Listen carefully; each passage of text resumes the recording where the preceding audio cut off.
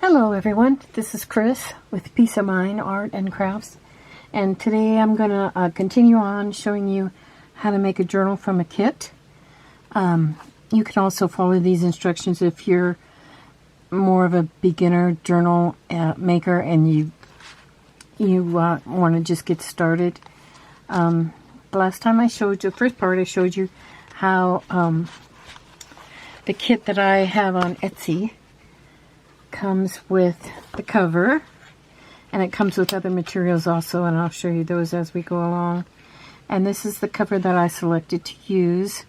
I did sew around the edges, and you can do that if you want. The cover comes unsewn, but it does come with the pockets that you fold up, and you can glue them down on the sides. I have, the kit does not come with the inside pages. It does come with a lot of ephemera that you can use, but it does not come with the inside pages. So what I did was I cut, or excuse me, actually I didn't do any cutting at all. I folded in half 5 pages of cardstock, which fit into this 9x6 journal just perfectly with about a 1/2 inch to 1/4 inch. Actually, it's about a 1/2 inch here and a 1/4 inch on the other edges. And I want to line that up, so I get that. And going down the middle, I'm going to show you how to bind it. I use these clips to hold the pages down so it doesn't shift. So what I'm going to do is I'm going to put 3 holes in here. This is a 3-hole binding.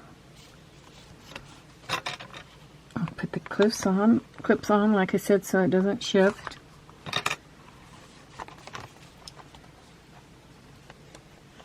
Those clips on.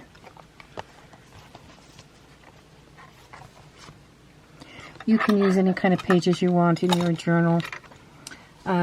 The reason I only used 5 was that the cardstock is fairly thick, and I didn't want to get it too thick once I get all the ephemera and pockets and all the ingredients that go into making the inside of the journal. I didn't want it to be too thick.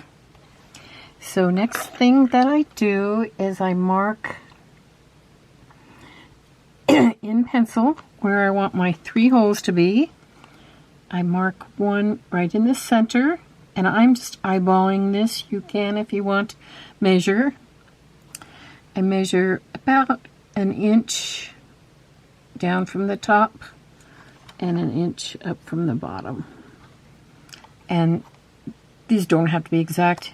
You can make them exact if you want. Okay.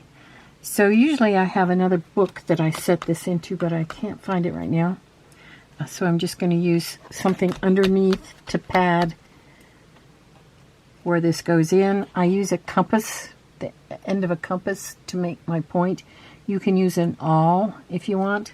I find this works pretty good because it doesn't tear, and it's got a real kind of a sharp point. Make sure that goes through. And go down to the bottom. Make sure my fingers are not in the way. Poke it through. I'll turn this so it's closer to me.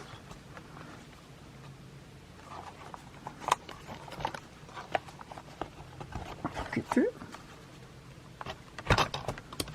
Okay, so now I have my 3 holes in there. I'm going to now bind it. I will use a 3-hole binding, like I said. I'm using waxed thread, and I'm using a needle that has a blunt edge so it doesn't tear the paper, and it actually goes through a lot better with the blunt edge, and a wide eye in the needle. And this wax thread's fairly good because it's got a wax coating on it, so you don't have to worry about all the threads separating. Oh, I forgot. Before you thread it, you should measure it to be about 3 times the length of your journal, and that will give you enough to bind it and to tie it. If you do want to have charms or something hanging down from the bottom, you can add a little bit extra, and I usually do, because I don't know yet if I'm going to have charms on this or not. So that way you can decide later on. Okay, now you need to decide if you want your thread to tie on the inside or the outside of your journal. Mine is going to tie on the outside, or excuse me, on the inside, so I start on the inside. I go down through the center hole, and I pull it out. I'm going to get it so that it leaves a little bit on the bottom. Okay, now I'm going to come up through either the bottom or the top hole. It doesn't matter which one. I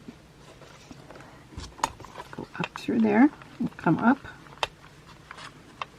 You might need to maneuver it around a little bit to get the needle up through. Then you're going to go back down through the other hole, whichever one you didn't put it down before.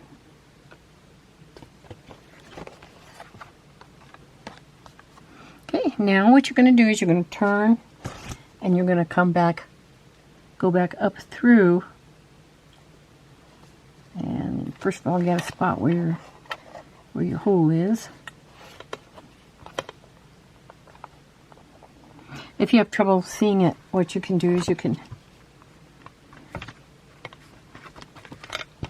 put it through this way. Take a look at where it is, so then you can see it better when you go back through. Okay, and you pull that fairly taut. Make sure it's tight but not tearing the paper or anything. You turn it over, and what you're going to want to do is you want to have one of these threads on one side of that middle thread and one on the other side. And you can tie it. Actually, take my needle off at this time. I'm going to put these away. It's handy to have a little kit like this where you have all your book binding tools inside, so you can just get that out each time you're going to bind a book.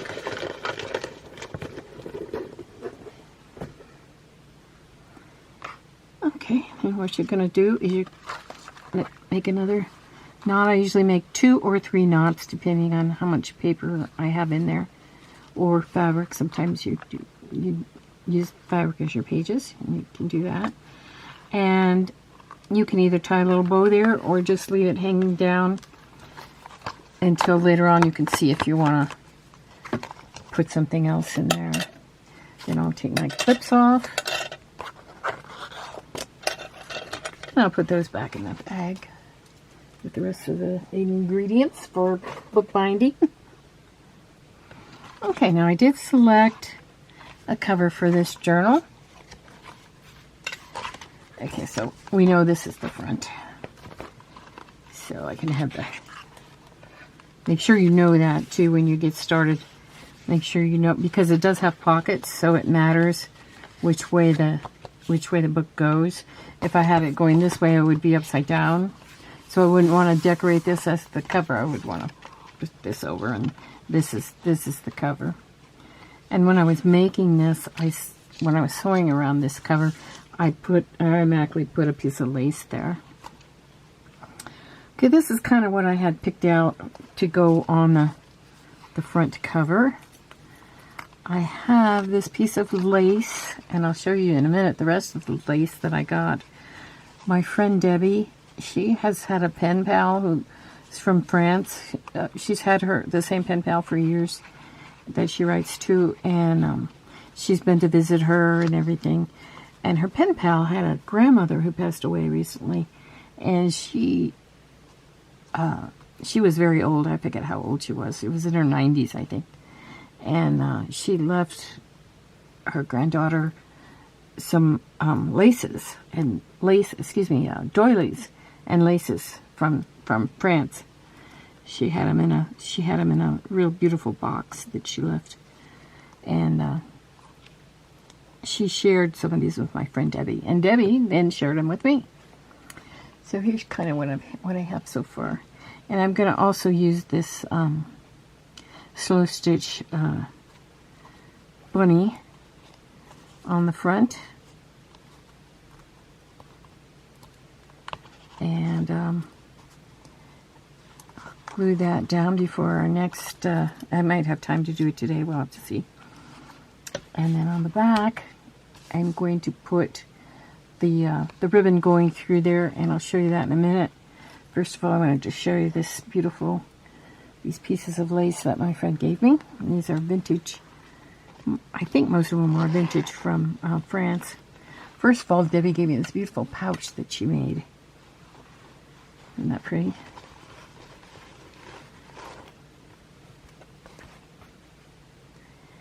And I'll just hold these up and show them to you as we go. Isn't that pretty? That's the only one that has some color in it. And I'm not the type of person that hoards this stuff.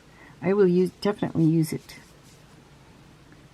So it looks like this was a full doily, and she gave me half of it.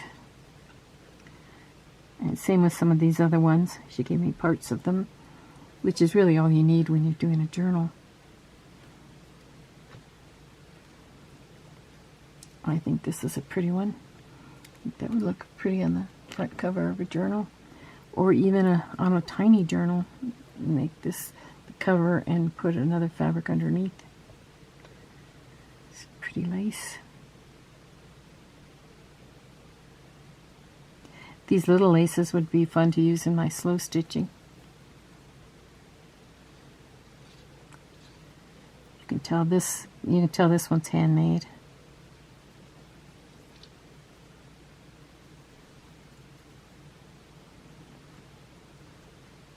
Here's another piece.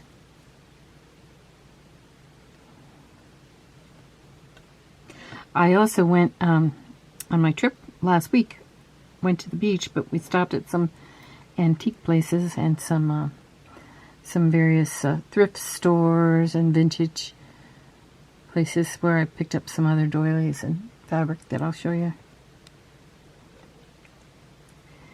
These look like they might be parts of handkerchiefs. This one's really pretty.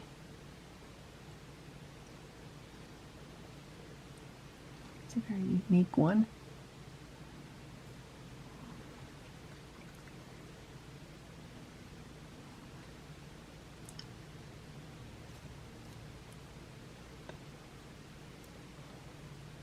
Okay, so that's what I got from my friend Debbie. And I'll definitely keep them in here and keep them clean and safe. Okay. Let's put this cover on here for our next step. I had some seam binding cut for this one, but I don't seem to be able to find it, so I'm going to get some more out. I use this Hug Snug a lot as my seam binding source. And we'll want this to go probably through the middle and tie on the side. Make sure I have enough to tie it. Around the back.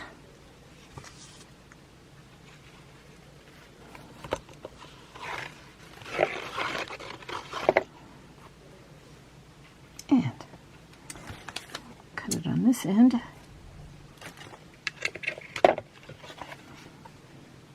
Now as we go, we can glue this seam binding ribbon underneath the stuff that's going to go on the front and back. Also, since we have this, I might try to put it through there. That'll just give it another place to hold it down. I'm putting it underneath the waxed thread that we used to bind the book with.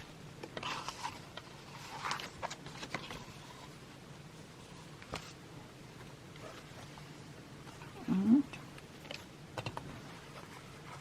there we go. Okay.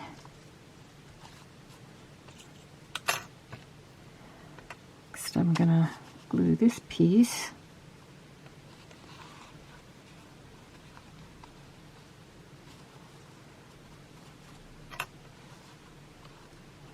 What I may do first is put a little bead of glue, and I'm going to use my Fabri-Tac glue. So I haven't used this for a while. So I need to clean it off.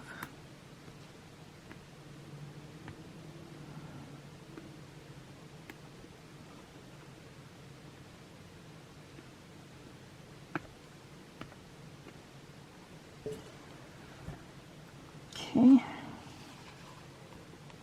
This is just kind of to hold it down a little bit. It isn't going to do much to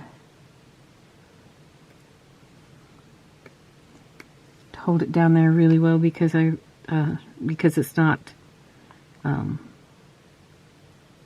fabric glue, but it'll work for the time being.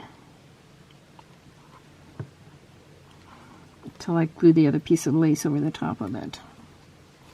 And gluing the other piece of lace over the top of it, I will use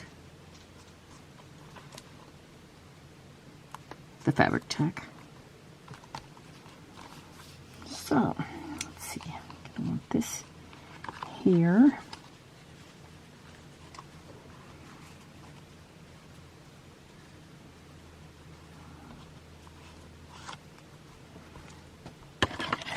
And get my Fabri-Tac out.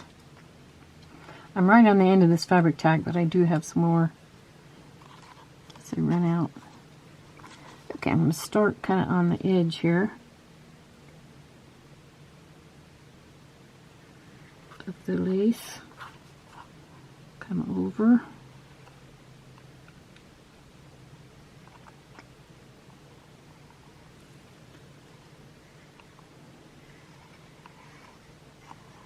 And fill it in a little bit, and I'll wait and glue that the other side as soon as I get this side down. Okay, and what I'm going to do is I'm going to take a wet wipe I have here and pat it down.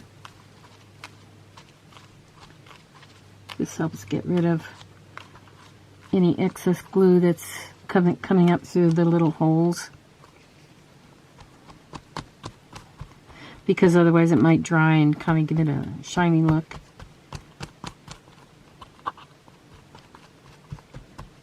Okay, oops. Clean off the end of this.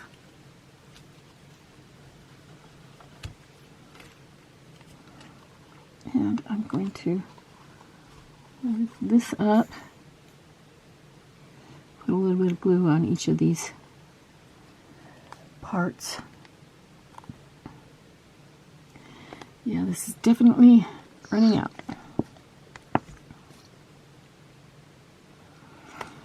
It's funny when this Fabri-Tac starts running out, you think, oh, it's gonna go at any moment, but I've been working like 2 or 3 days on this, the end of the bottle, and it still has some left in it, so it's kind of deceiving that way. After I put the cap on it, then I usually leave it laying in the container going this way so that the glue runs down to the bottom. Okay, so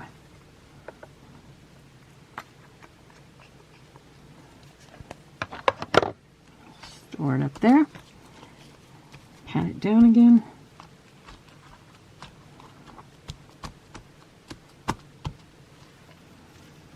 Okay, I'm going to turn it around.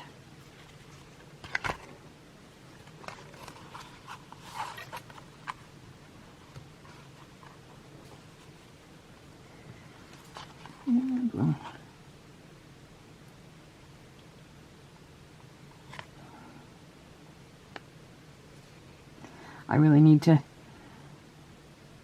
clean this off better, off camera.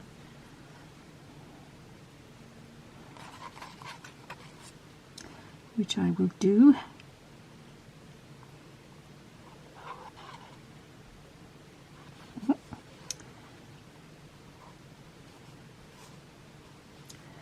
Okay, what I'm going to do on this side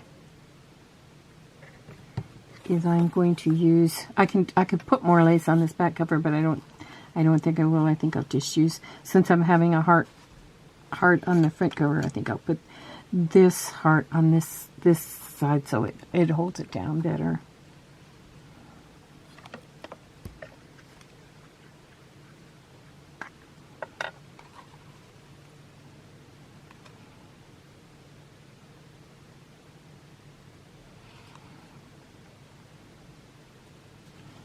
Okay, what I'll do is I will glue this down, and I'll glue the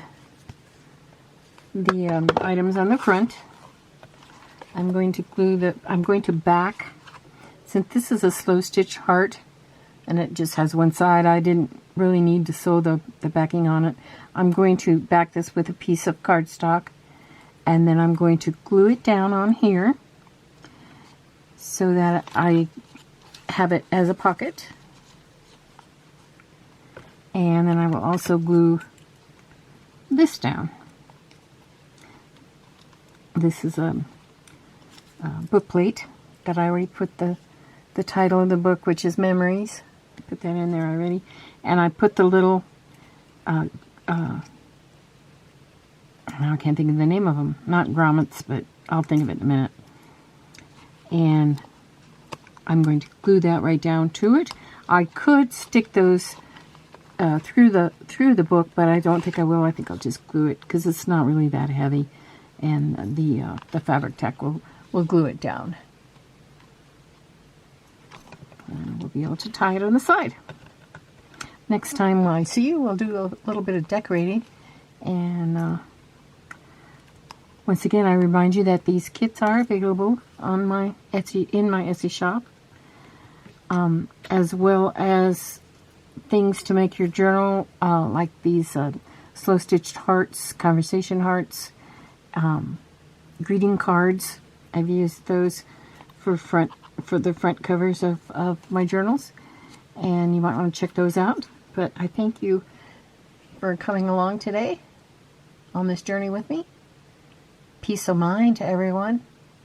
Bye now.